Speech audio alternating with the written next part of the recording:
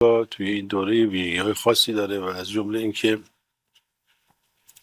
خیلی کوتاه‌بینه، یعنی یک رفتار کودکانه، هیچ آینده نگری در بیاناتش نیست. یعنی وقتی صحبتی میکنه حتی به مثلا 24 ساعت بعدم فکر نمیکنه. یک رهبر مهم بزرگ بین‌المللی باید عمق حتی 50 ساله 100 ساله حرفش رو که تو تاریخ ثبت میشه ببینه، اما اون این ویژگیش اینه که تا فردا رو هم نمیتونه پیش بینی کنه و به اصطلاح یک حرفی رو بزنه که سنجیده باشه و آینده نگر باشه و با پیش بینی باشه.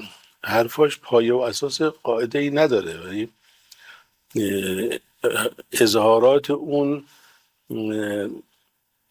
قدرت امریکا رو تخریب کرده. ما اصلا روی این حرفا حساب نمی کنیم.